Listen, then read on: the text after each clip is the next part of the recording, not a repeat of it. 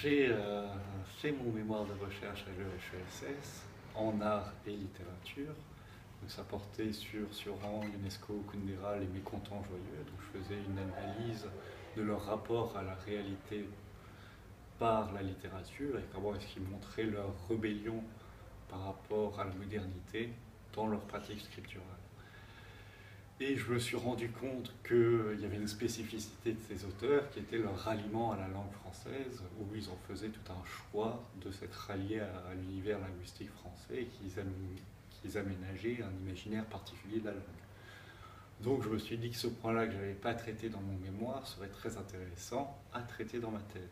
C'est pour ça que j'ai choisi de travailler sur la francophonie choisie d'Europe Médiane, pour justement montrer comment est-ce que le fait de se rallier à l'univers linguistique francophone d'une façon voulue pouvait entretenir un rapport particulier avec la modernité, mais aussi avec la francophonie. Et donc j'ai essayé de voir comment est-ce que ce dialogue, cette constitution d'un imaginaire particulier peut nourrir les études littéraires, mais également la francophonie, et comment est-ce qu'il y a un rapport particulier entre cette francophonie inaudible et les autres francophonies.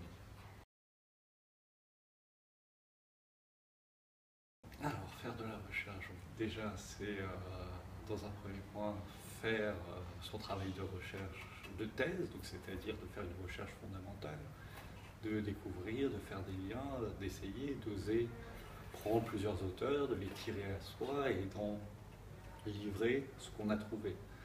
Mais c'est également réussir à communiquer nos découvertes au monde scientifique, mais également à la société civile.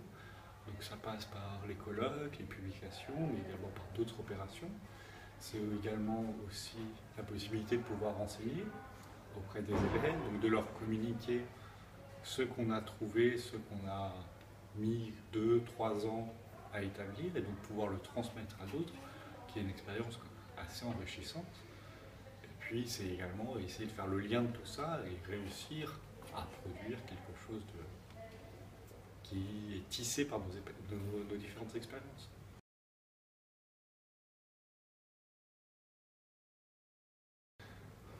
Qu'est-ce qu'une thèse? Une thèse, c'est un beau travail, un long travail. C'est un document de 400, 500, voire plus pages où on essaie de livrer tout ce qu'on a fait pendant 4 ans, de communiquer nos découvertes, nos trouvailles, de montrer que notre champ est un champ important, mais qui est relié à d'autres questions, d'essayer de répondre à des questions, d'en proposer de nouvelles. C'est également permettre, pour ma part en tout cas, de faire découvrir des auteurs inconnus au sein de la littérature française. C'est également la possibilité de mettre en œuvre une pensée singulière qu'on a bâtie au cours de toutes ces études et de les transmettre en un document qu'on va rendre.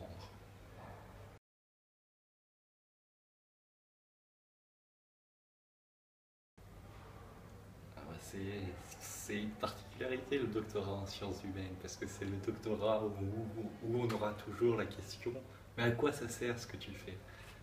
Alors la question de savoir à quoi ça sert ce qu'on fait quand on fait un doctorat en sciences humaines, c'est on essaie de trouver des choses qui nous permettent de le vivre ensemble. Par exemple, je travaille beaucoup sur les questions de migration, parce que moi je parle d'auteurs exiliques.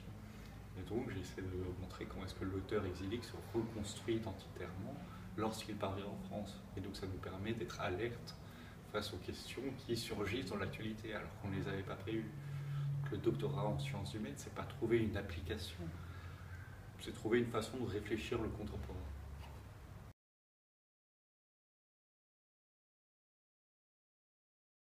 Oui, la recherche a quelque chose à apporter au monde de l'entreprise, mais l'entreprise le sait très bien et est ouverte aux propositions qu'on a, parce que en 3 ans, on apprend l'esprit d'autonomie, on apprend la création, on apprend la remise en question, on apprend la rédaction. C'est vraiment une école de doctorat, où on fait 8 métiers en un seul, un métier où on est très autonome et où il faut qu'on crée tout le temps. Créer, c'est-à-dire qu'on propose de l'innovation, mais tout en étant basé sur ce que peut nous apporter et sur les travaux des autres. Donc on a quelque chose, un esprit d'innovation à apporter, mais on a également toutes nos idées, le regard particulier du chercheur peut nourrir le monde de l'entreprise, pas forcément dans les applications, dans le savoir technique, mais dans la façon dont penser la chose.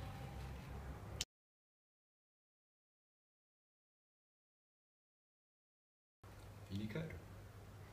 La recherche est une école parce qu'on y apprend tout, on apprend à se positionner d'un point de vue intellectuel par rapport à d'autres, à se confronter, mais on apprend également au point de vue personnel à faire une recherche sur 4 ans, 3, 4 ans.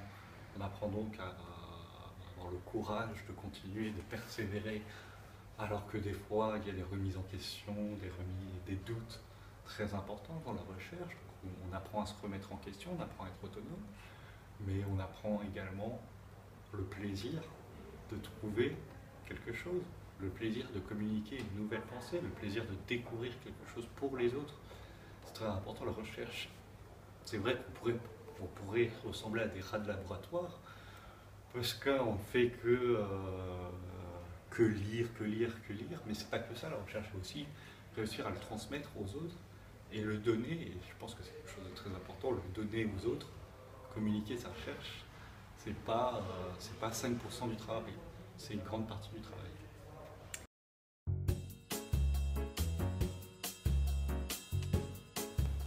Non mais merci pour cette belle initiative.